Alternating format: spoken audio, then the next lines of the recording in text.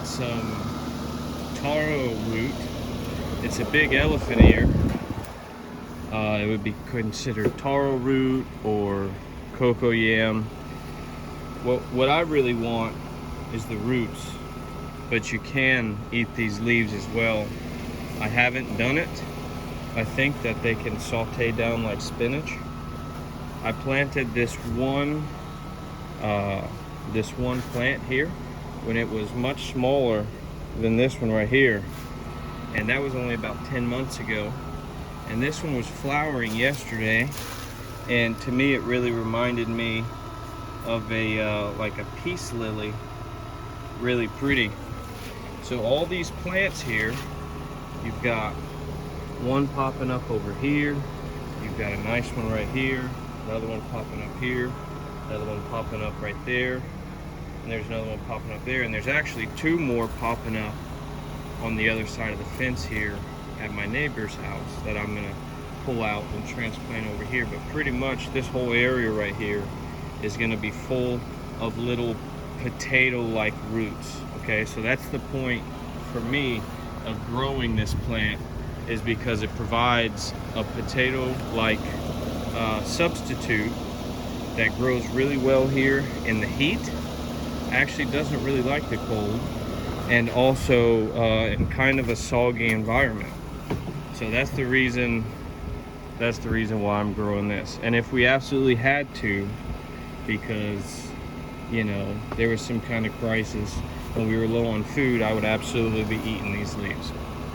Okay, so right next to that I have my banana patch, or the bigger banana patch, and right under the bananas I have my compost pile.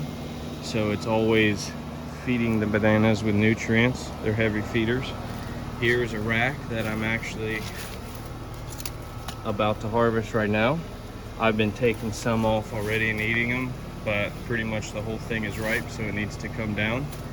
And I've got another rack right there that looks like it's going to be really nice size.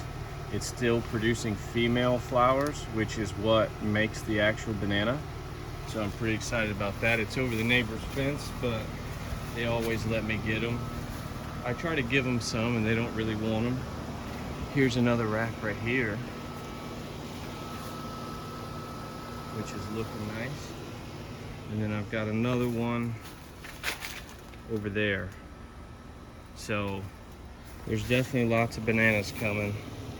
Right here I got a little Seminole pumpkin that's not doing a whole lot, but I haven't really given it any water or anything like that. This is a guanabana or soursop. I need to put it in a bigger pot, but I'm going to continue growing it in a pot because it really does not like the cold weather, and the little bit of frost that we get here occasionally will absolutely damage that tree. So if I put it in big enough pots, I'll just be able to put it into the garage. In this bed I still have all my jalapenos, and I've got some bell peppers down there. And this was a purple tomatillo, one plant, and it's spread out this whole area and it hasn't done anything but grow. It produces flowers. If you look, there's a little flower right here, but it's just gonna fall off and I'm not gonna get any type of fruit. So I'm probably gonna yank that out here soon, and it's taken over here. But here's a nice pretty aloe plant that I use if I get too much sun, or if I'm trying to root something. You can use the aloe like a natural rooting hormone, and it's flowering right now. It has been flowering. Most of them have already dropped, but it's pretty. And then in this bed I still have all my other peppers. The serranos are thriving. There's a bunch of poblanos there. Got some ripe ghost peppers, and the Trinidad Marugas have some that are ripe and some new ones still. They're still producing, so that's good. So are all the habaneros. There's still plenty of young fruit. It's still just going. So at this point all these pepper plants are over a year old, probably about a year and a half old. Here we've got a cassava that really suffered from all the rain that we've had.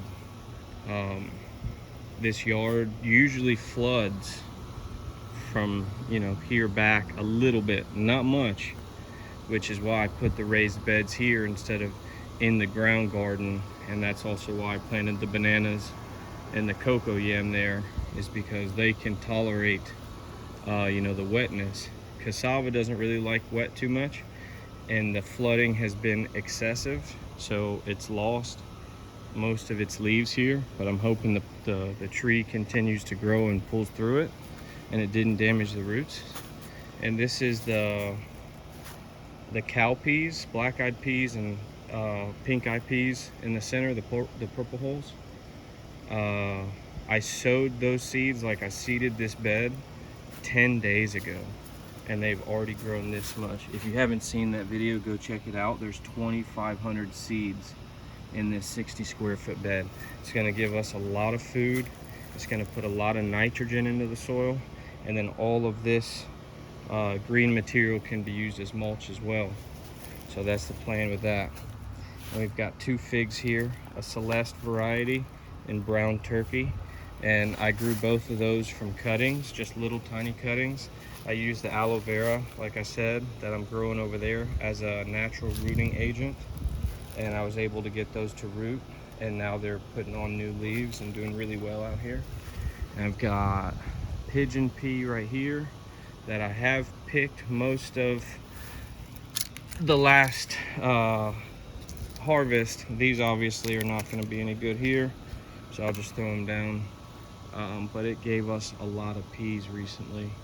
And this mulberry here is about 20 feet tall, thriving, and it was only a couple months ago that I cut it down to right here. So these things grow wicked fast, which, I mean, that's common knowledge for people that know about these things. And there's another pigeon pea here, which is not doing as well. It's not getting as much sun, but it sure is growing and trying to get up there to get more sun.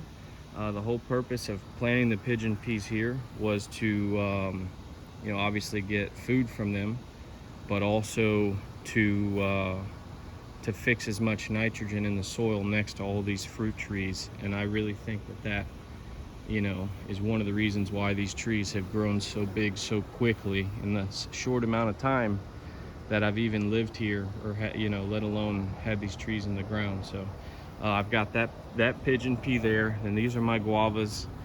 People who have seen my guava videos before know that these trees have not been in the ground that long. They were just little trees when I bought them, and they're pretty much stacked with fruit right now.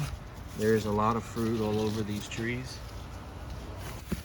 Yeah, these trees are just stacked with fruit here.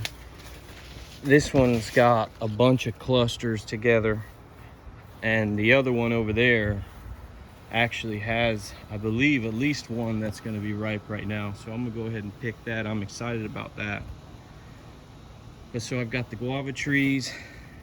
I've got some lemongrass here in 3-gallon pots that I started just from little cuttings, and there's some more over there, but I'll show you those in a second.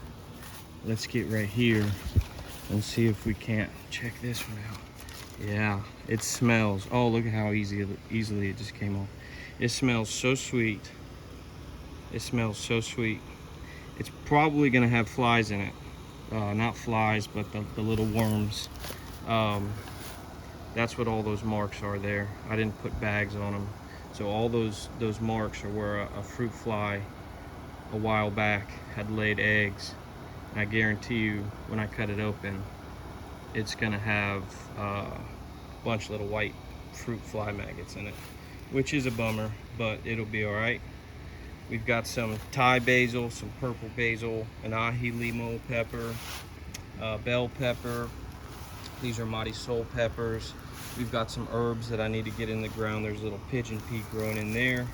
We've got some more black-eyed peas. We got some more pigeon peas.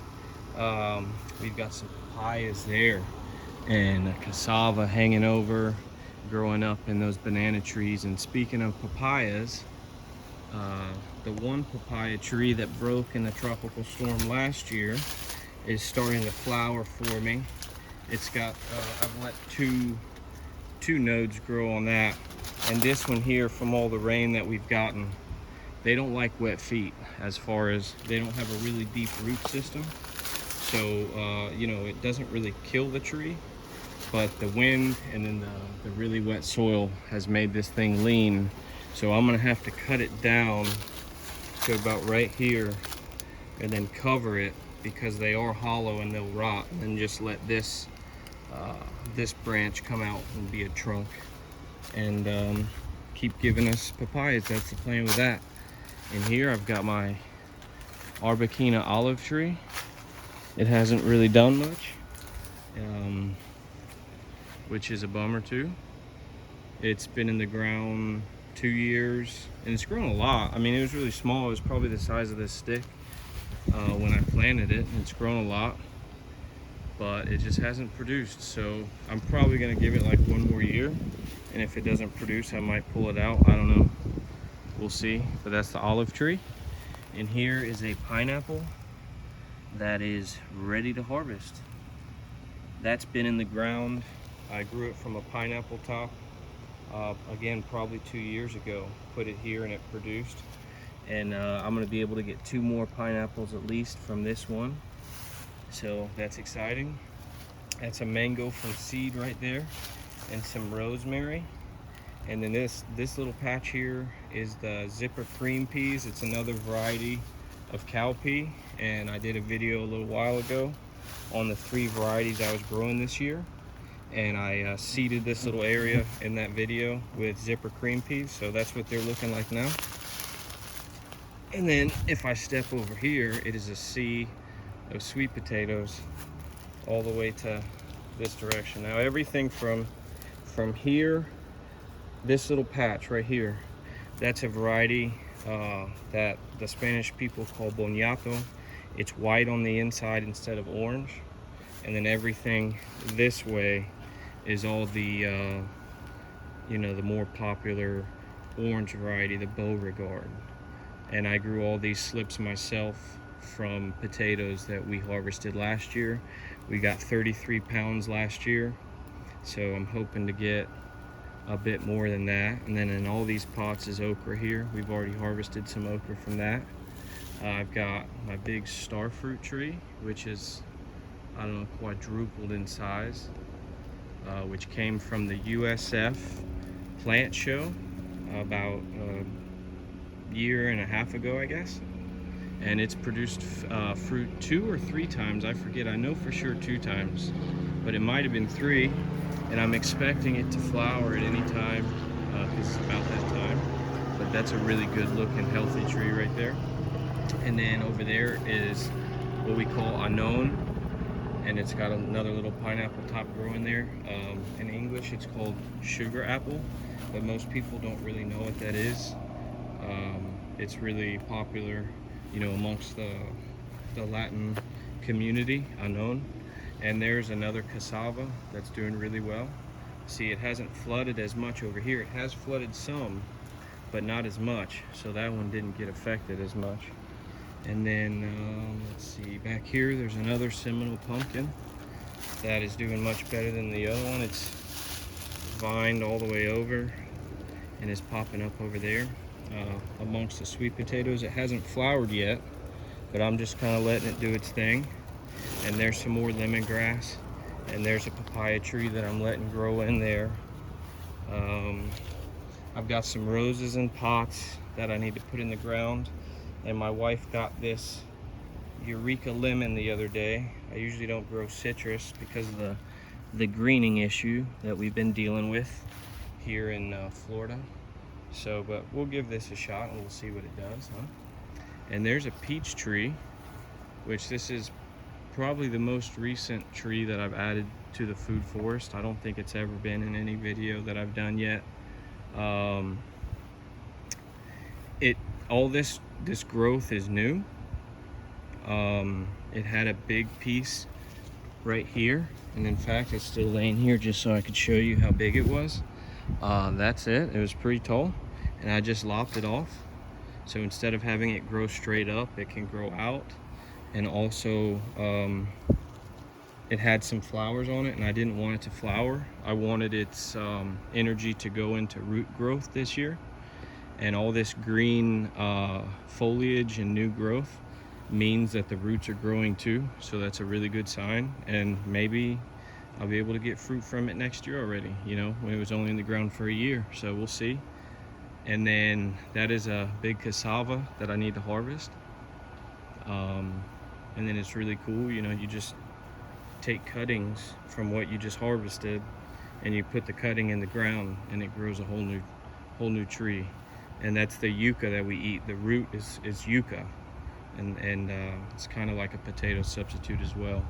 And then these two are avocados that I grew from seed, and the tree that those avocados came from are in my dad's backyard.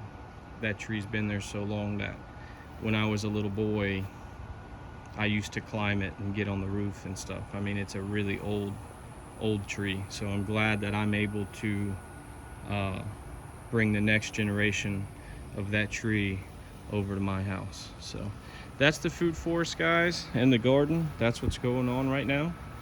Thank you so much for watching.